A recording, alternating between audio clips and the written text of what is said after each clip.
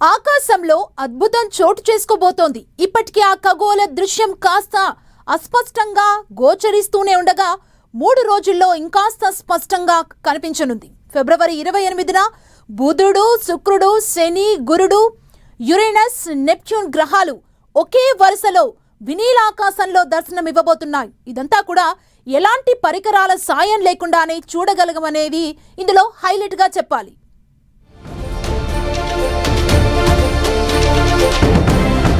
అంతరిక్షంలో షష్ఠిగ్రహ కూటమి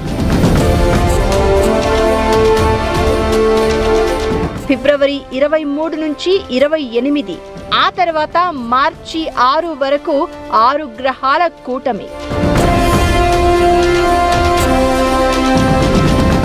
ఒకే వరుసలో దర్శనం.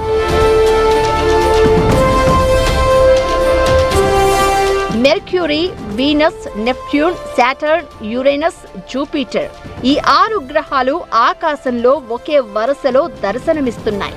ఈ కూటమి ఇప్పటికీ ఆకాశంలో ఒకే వైపుగా ఉన్న ఫిబ్రవరి 28న మరింత స్పష్టంగా కనిపిస్తాయి.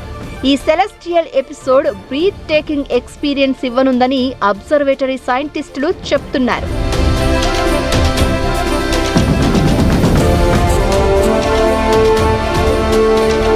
నాసా ఈ ఖగోళ దృశ్యాన్ని ప్లానెటరీ పరేడ్ గా చెప్తూ ఉండగా దీన్ని చూడడానికి ఎలాంటి టెలిస్కోపులు అవసరం లేదు.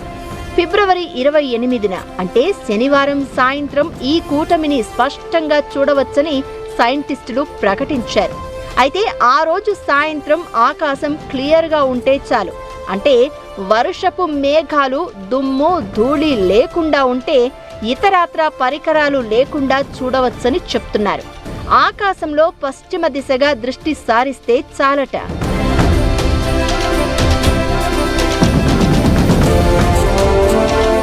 గ్రహ కూటమి అంటే అవన్నీ నిజంగానే ఒకే సరళ రేఖలో కనిపిస్తాయని కాదు, ఒక ఆర్క్ లా కనిపిస్తాయంతే.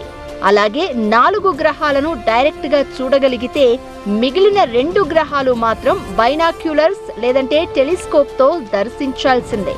జూపిటర్ అంటే బృహస్పతి, అంగారకుడు మాత్రం పెద్దగా కనిపిస్తాయని, నెప్ట్యూన్, సాటర్న్ మాత్రం పరికరాల సాయంతో మాత్రమే చూడగలమని నాసా ప్రకటించింది.